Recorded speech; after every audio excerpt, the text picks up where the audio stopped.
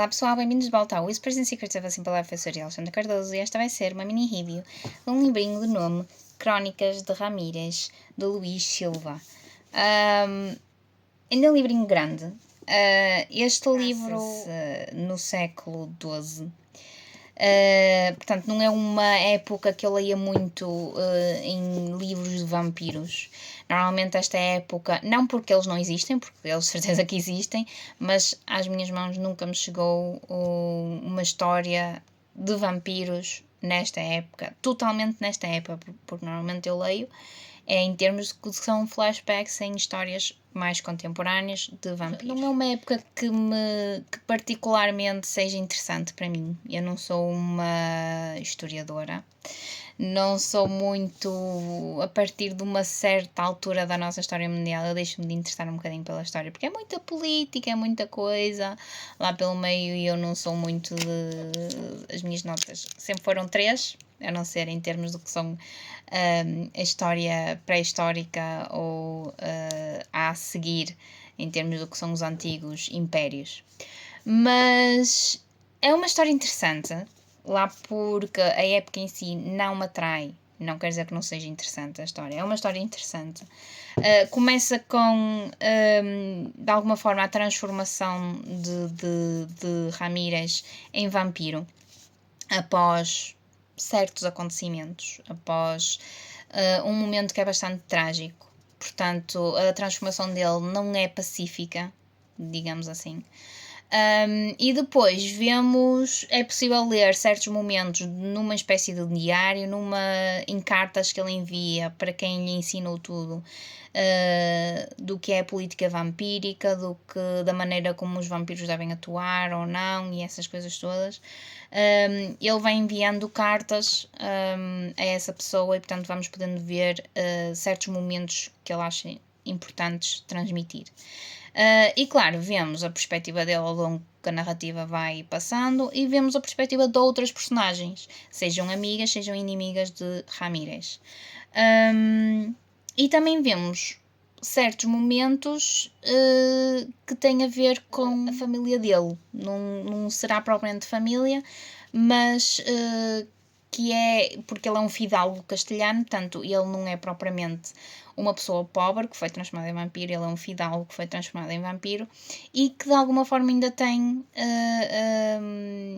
conhecimentos ou ainda tem ligações à sua terra natal. E portanto vamos tendo certos momentos em que vamos vendo essa parte da vida dele. Tem momentos de ficar de boca aberta, tem momentos de deixar o leitor na berma do sofá ou da cama, ou de onde quer que vocês leiam o livro. Tem momentos de grandes combates, não batalhas, combates. Porque depois também temos aqui um bocado a coisa da Inquisição, da caça às bruxas, mas que a Inquisição também encobre um bocado a parte sobrenatural do mundo. A premissa está mesmo aí. É que a história tal como a conhecemos é uma farsa, uma mascarada milenar desenrolada num secreto e interminável teatro de simulação, na qual nós, humanos e meros peões, somos cabalmente ludibriados e impedidos de discernir a verdade por trás da secreta cortina, de que o mundo que julgamos nosso pertence de facto aos poderosos senhores ocultos nas sombras. Por isso, tudo o que é suposto conhecermos não é a verdade, porque são os seres sobrenaturais, como os vampiros, que constrói o mundo humano. Não são os humanos, mas sim os seres sobrenaturais. Depois temos aqui uma série de coisas que realmente fazem a narrativa um bocadinho mais interessante e que eu espero que passe para um segundo livro, porque eu já o vi na Feira do Livro. Ainda não o adquiri porque ainda não tinha acabado de ler o livro.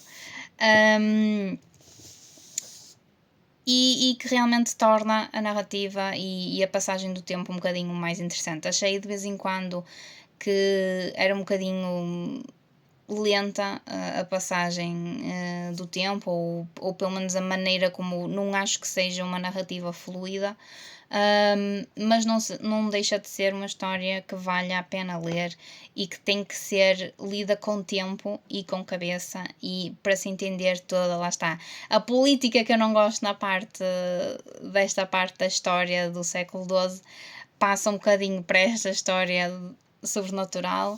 de fantasia, e portanto, para mim, achei que fosse. Lá está, a política, para mim, é. Não, mas eu gostei bastante. Gostei da maneira como, de alguma forma, Ramírez cresce e que irá fazer algo no final do livro que eu achei bastante interessante e que eu acho que será a história que virá no segundo livro.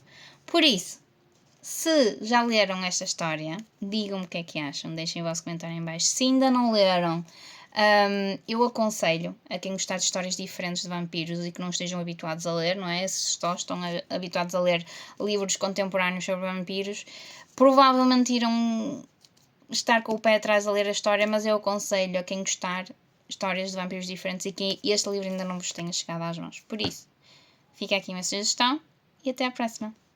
Tchau!